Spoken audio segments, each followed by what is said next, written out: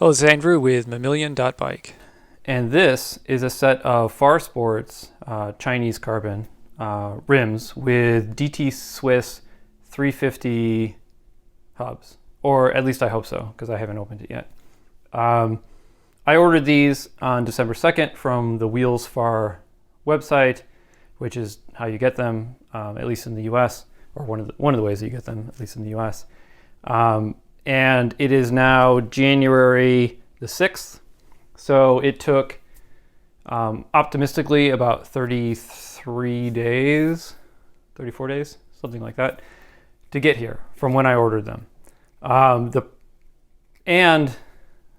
Just as a cautionary tale, I actually had to go to the post office to get these because whoever wrote my address on the box mangled it so badly that they couldn't be delivered to me. So if you're in the US, they come through EMS, through the worldwide shipper, but then they come to your house through the post office. And the only reason I found out about this is because I just happened to check the tracking number on the post office website this morning and discovered that they were going to send them back to Farsports in China because my address was so mangled. Anyway, so let's go open them up now.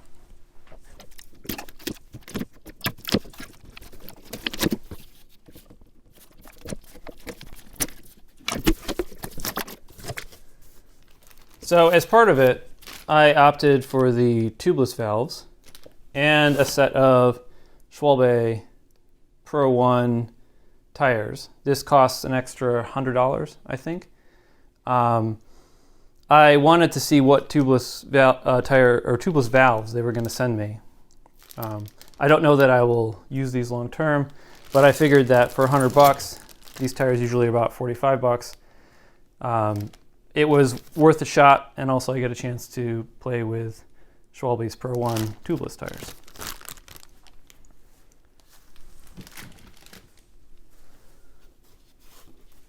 Let's just make sure we can see the foam here. So they put a nice piece of styrofoam between the wheels to keep them from touching, which is a nice touch. You don't know, I've bought wheels before, had them delivered in the mail, and I've never seen that before, so that's great.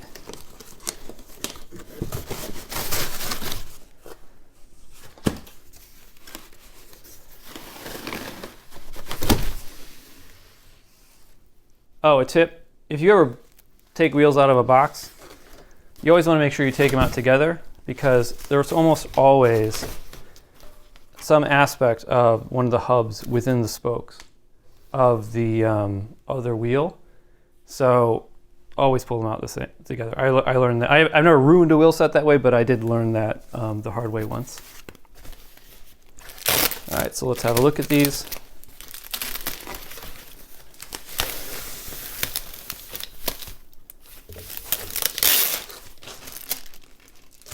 So these are the UD matte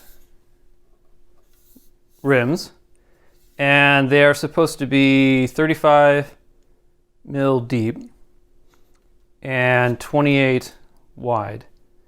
And I don't remember the inside, but it doesn't hurt to, let's just have a look at that, see what we've got. So let's come in a little closer. Focus is pretty good.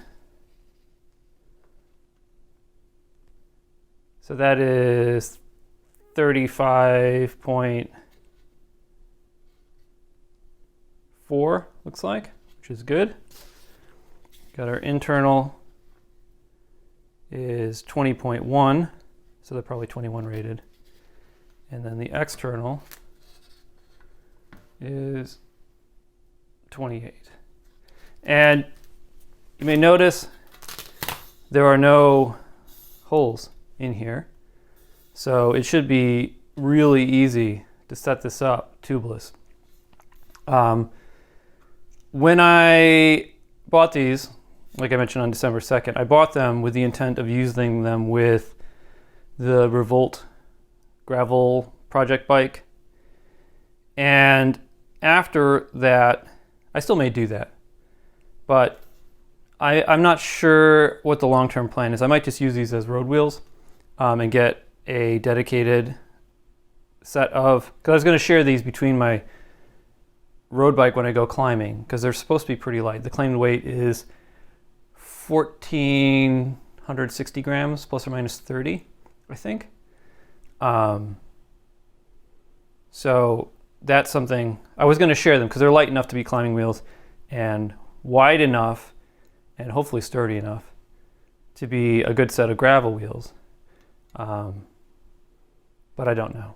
I haven't quite made up my mind there yet. So let's get the other wheel out. One thing actually before I do that, I wanted to, so these have arrow spokes on them. And one of the things that I had concerns about was that they wouldn't be installed properly. But I can see just by looking at them that they are perfect, which is brilliant. Just perfect. You know, because you want your arrows, I know it's probably can't see it in the camera, but you need the arrow spoke to be flat. You don't want it to be turned. And one of the things about having no holes in here is that it's going to be a major pain to mess around with the spokes. And if I needed to fix that. So glad I don't need to fix that.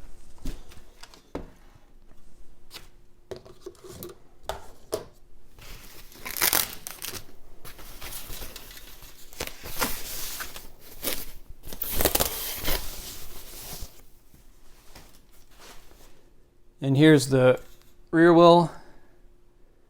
It also is hole-less, and the spokes look like they're done up properly as well, which is fantastic. You can see a little seam here, although it is flush. Maybe it's not a seam, maybe it's just a artifact of the way that the carbon is laid out.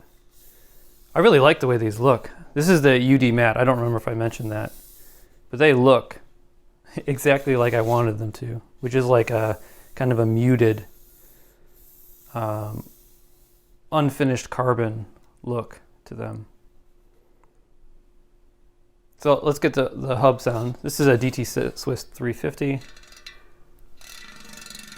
and it is super quiet, which I don't like. I like my hubs to be loud, but I figured that the 350 would be bulletproof, even though it's a little heavier than the 240. The price differential between the 350 and the 240 just didn't seem worth it for the weight savings. Speaking of weight, let's weigh them.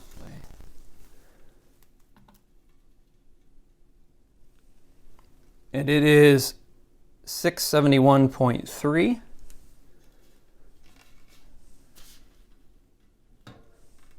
And then the rear wheel.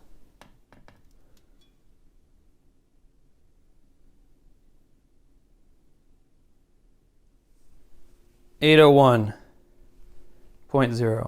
So that's what, 1472, which isn't bad. Especially because the major weight, the weight kind of is in the hub here. You can spec this wheel from Farsports through the WheelsFar website to get to about just around 1,300 grams. I'm not sure. The website claims with a TI hub, you can get right around 1,300 grams, maybe a little bit underneath it. So the rim should be 410 grams. And of course, weight here matters a lot more than weight here. I just had there's a big cost differential for one, but also I had some concerns about whether or not those TI hubs would be suitable for gravel riding. So this, I'm going to put on a truing stand next. Check out the true, and then of course put some tires on them. So I have the rear wheel on the truing stand now, and I'm just kind of moving it. here, we can see it's actually pretty good. There's a little tiny bit of play, but certainly not very much. So now let's move this stand here and change this the way it's set up here so we can see the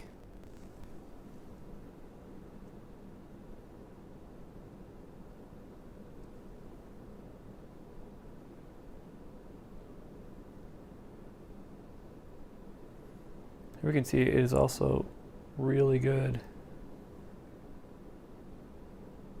this way as well. So that's the rear wheel. Let's try out the front wheel now. All right, so now you have the front wheel on.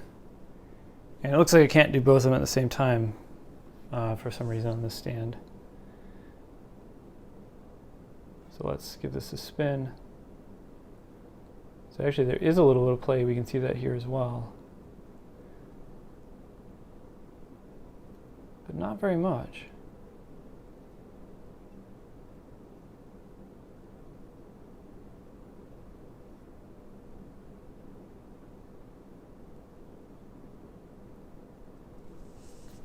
So I'm pleased with that.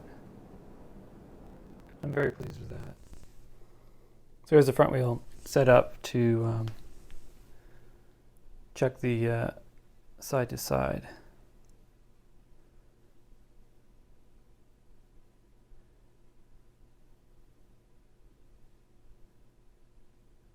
A little tiny bit of wobble.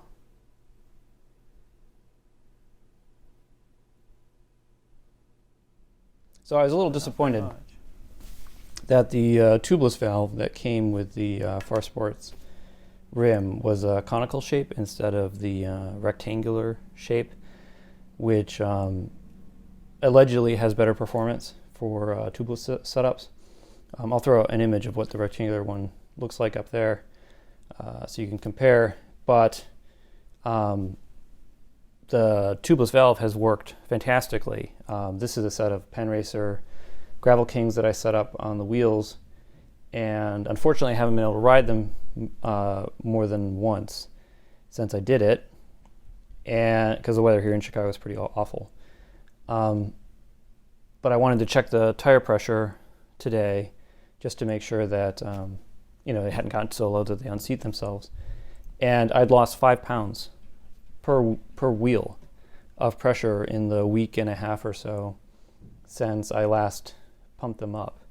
So that's really impressive, and that's, you know, better than I've gotten with some tubed setups. So yeah, very pleased with that.